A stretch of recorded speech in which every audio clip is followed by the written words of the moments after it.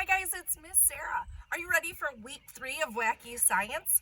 This science experiment you're going to want to do outside. And we are making homemade bubbles.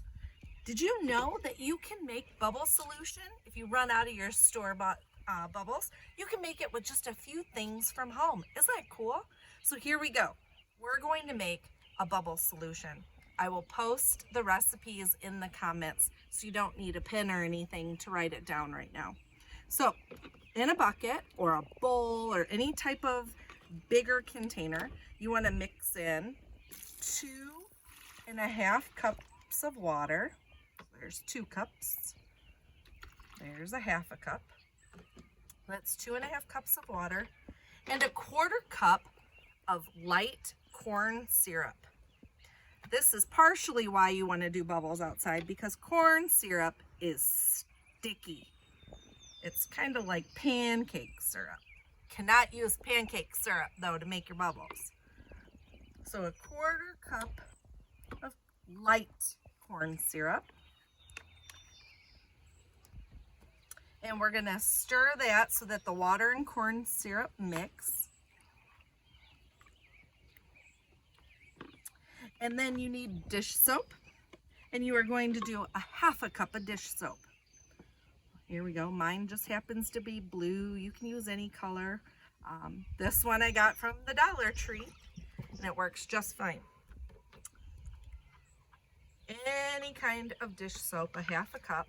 Scrape a little bit out. Doesn't have to be exact. And then you stir very gently until it all mixes. Can you see that? How it's all mixing in there?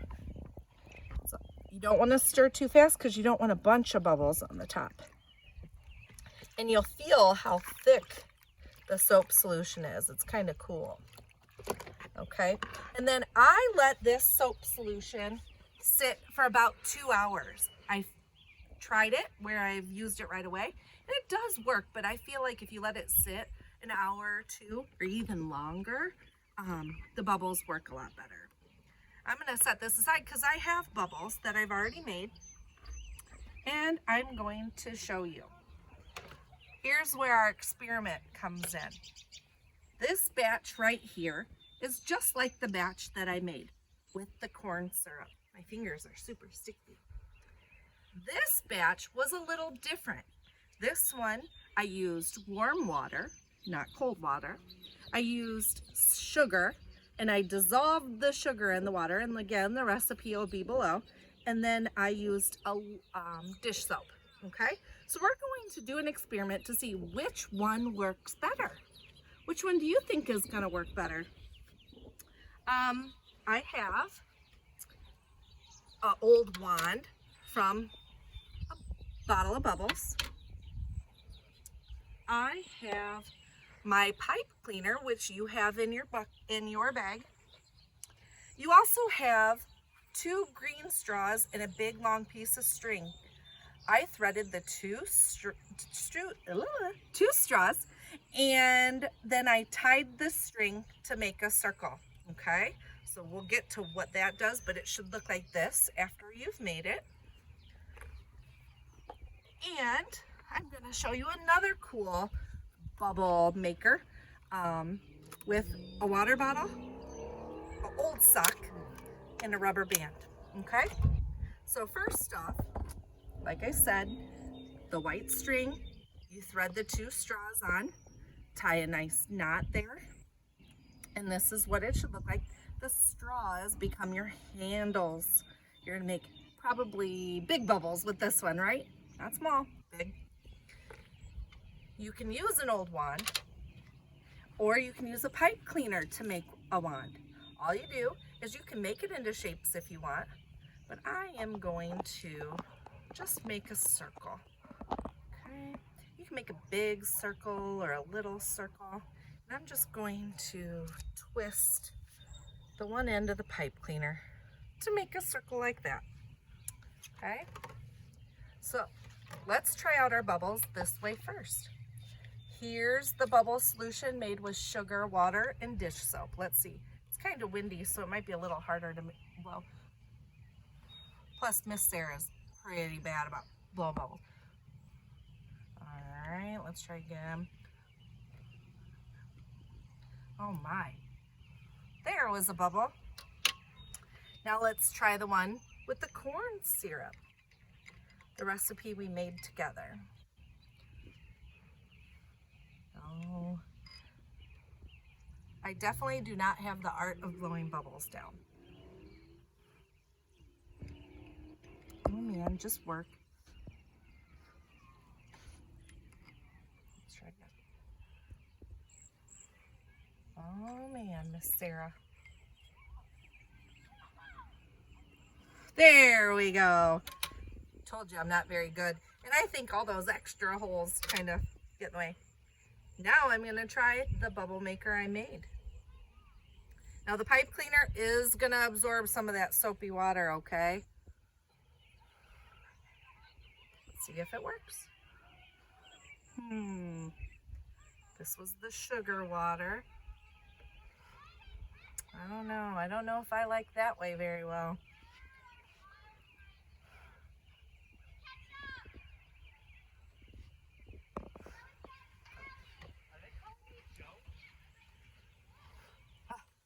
Sarah. I don't know. Maybe you'll have better luck with it. That's why we call it a science experiment, right? All right, let's do this one. You'll need some help from a parent to use some scissors. I got my kitchen shears. We're gonna take about 2 inches off of this bottle, the bottom of the bottle. Any water bottle will work.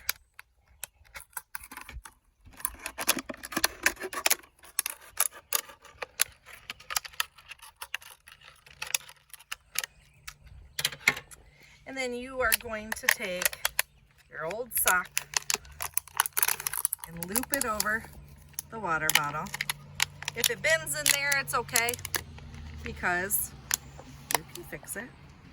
And then we are going to secure it with a rubber band. Just so it, whoop.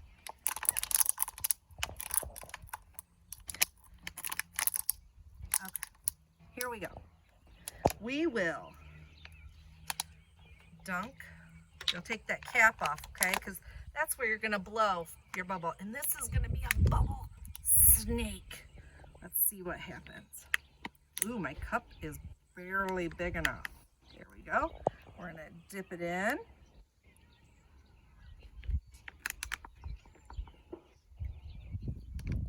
Let's see if homemade bubbles will make a bubble snake. You ready? Here we go. Look at that. That makes a ton of fun bubbles, doesn't it? Now what's even cooler about the sock is I can add some more fun. I can use what's called food coloring, right? And I can put some more bubble solution on the end of my sock. And then I'm gonna put a few drops of food coloring. Okay, there's some green. I'm gonna set it here. How about that? And some blue, yellow. What do you think's gonna happen when I blow into the end of the sock with the food coloring on the end of it? Let's see. Here we go. I'm gonna dip it again into my bubble mixture. It's gonna color your bubble mixture, so you may want to, if you're not gonna save it, that's good. If you're gonna save it, you may wanna pour this into a different bowl first. Let's see what happens. Whoa, my bubbles are colorful. Check that out, you guys. I like this way the best, probably because it worked the best. And let's see if it works with the just water and sugar set of bubbles. Let's see if that one works. Ready? It does. Look at all those fun bubbles. Looks like I should have added some more food coloring to the end to make my bubbles colorful again. But that is a-okay. And good thing food coloring washes off, right? Let's set that aside and try our last type of bubble maker. It was the straws and string that were included in your bag. Okay. You could probably use cookie cutters that are shaped. You could use those to dip into your bubbles, a shallow dish of bubble solution, and dip it in and use those. And I bet you're way better at blowing bubbles than I am. So we are going to just use this solution, and I'm filling the shallow dish. I have a baking sheet here, and I am going to take my bubbles. And like I said, it's kind of a yuck day outside, so I'm not sure how well the big bubble is going to work, but I'm going to dip that in just like that. And you can see I've picked up, you can see it picking up the soap, the bubble solution. Maybe my technique is a little bad. Once I pick it up, it all strings together, and if I put my fingers in there, I pop the bubble. There we go. Oh, it wants to stay together. Let's see. No, no.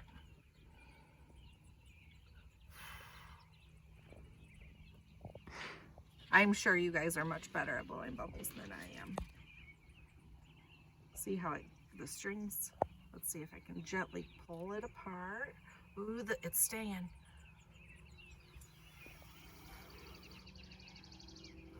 Oh, pop. But it makes a great bubble solution. I can see it sticking. I can see the bubbles. I think there's just a special technique that you have to get it down just right to make your giant bubbles. Pop.